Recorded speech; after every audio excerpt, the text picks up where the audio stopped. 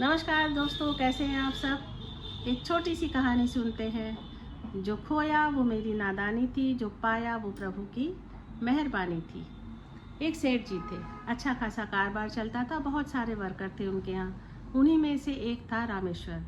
ये रामेश्वर सीधा साधा इंसान था और हमेशा जो है अपने समय पर आता, कभी भी बेईमानी नहीं करता, चोरी नहीं करता, एडवांस नहीं मांगता। बहुत सारी खूबियाँ थी उसके अंदर। कभी सेठ जी को ज़रूरत हो तो ज़्यादा रुक जाता, कभी भी तकादा नहीं करता कि मुझे तनख्वाह ज़्यादा दीजिए, या किसी तरह की उसकी कोई डिमांड नहीं थी। हर हाल में खुश रहता था। तो सेठ जी ने सोचा कि ये कभी कोई डिमांड नहीं करता है, चलो दिवाली के समय इसकी तनख्वाह बढ़ा देते हैं। और जब सेठ जी ने सबको दिवाली के आसपास इनाम दिया, तनख्वाह बांटी, तो उसी वक्त उन्होंने रामेश्वर को पैसे बढ़ा कर दिए, तनख्वाह से ज़्यादा।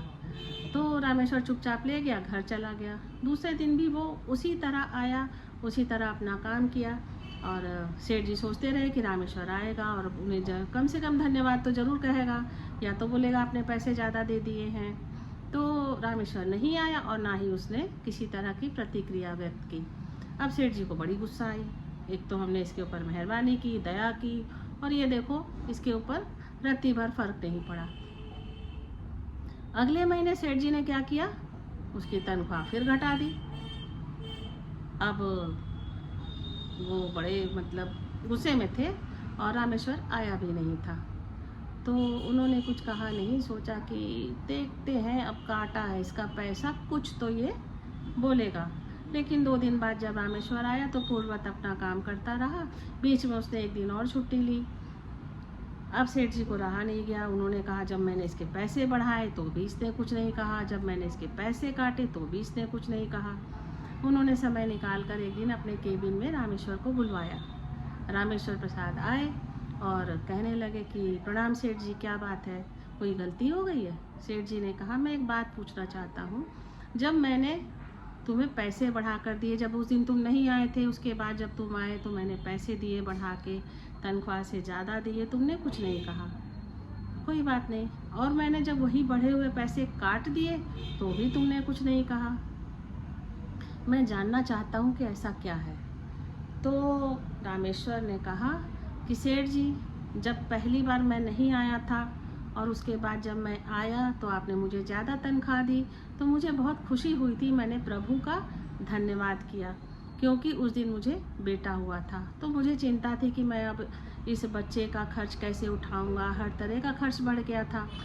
तो मुझे लगा कि प्रभु ने उसकी सारी ज़रूरतों को पूरा करने के लिए आपके द्वारा मुझे सहयोग बढ़ा दिया है, मेरी तनख्वाह बढ़ा दी है। तो मैं खुशी खुशी चला गया और प्रभु का धन्यवाद किया। और उसके बाद जब 1-2 महीने बाद आपने मेरी तनख्वाह फिर से काट दी और मैं नहीं आया था, तो मैं उस दिन भी प्रभु का धन्यवाद किया, क्योंकि उस दिन मेरी माँ ख़त्म हो गई थी। तो मैंने कहा कि वो अपना हिस्सा अपने साथ लेकर गई, इसलिए प्रभु ने हिसाब किताब बराबर किया।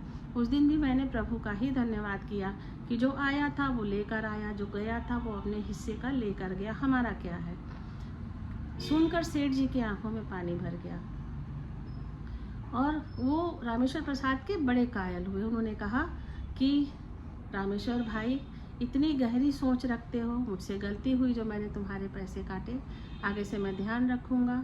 तो कहानी का तात्पर्य ये है कि हर हाल में जो प्रभु के ऊपर आश्रित रहते हैं, प्रभु में विश्वास रखते हैं कि जो कुछ दिया है उनका है, जो लिया वो उनका है, तो हमें किसी तरह की तकलीफ़ नहीं होती है। प्रभु का धन्यवाद दीजिए कि जो गया वो हमारी नादानी थी, जो पाया वो प्रभु की मेहरबानी थी। नमस्कार।